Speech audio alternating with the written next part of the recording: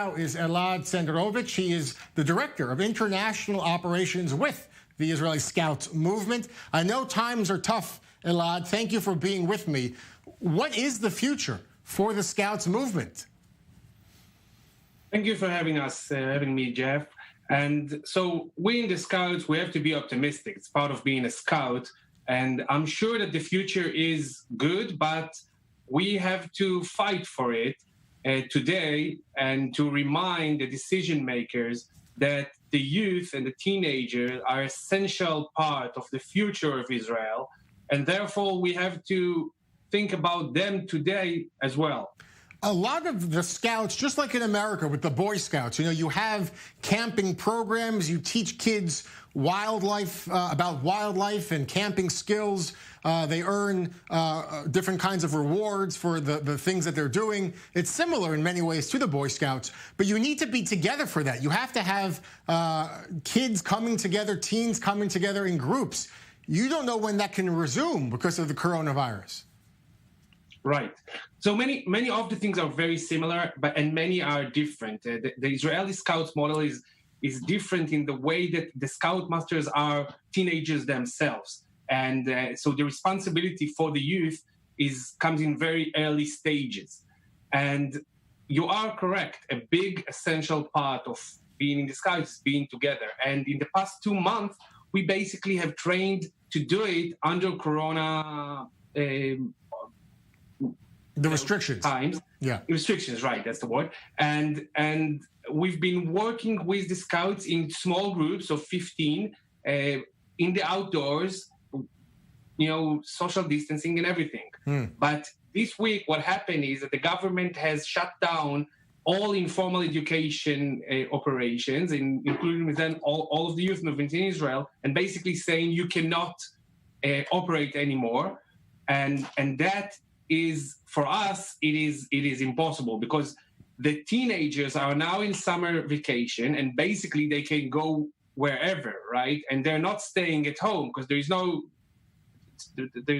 restriction on going outside. So those kids that are now being told that they cannot join the Israeli Scouts activities can go together to the mall, to the beach, to the street, and they hang out together, right. But they do not take precautions. So basically, we think it's counterproductive to restrict the Tzofim activities. Yeah. Also, I know on the international level, I went to Jewish summer sleepaway camp, and we always had Scouts come every summer. They perform. They teach lessons about camping to the American Jewish kids. I know that they come to Jewish schools in America. It's a big part of the international diaspora relationship.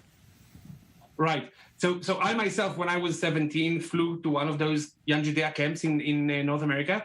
And we basically were supposed to send 1,800 kids to different delegations around the world, including the Friendship Caravan that perform in North America, and to various camps in Europe, into a Poland mission, and all of that, of course, was canceled. Right. And that's a big hit. And in this perspective, we know that we probably for at least the next probably few months, maybe a year or more, this will be shut down, and we understand that won't be able to be happening.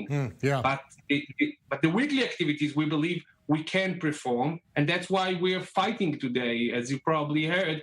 And basically, I feel that everyone is with the Tzofim. So we hear from all of the ministers, head of municipalities, and everybody, everyone that is everyone is an alumni of Tzofim, right? It doesn't matter if you were a lefty or a righty, and I can name a few, but everybody right.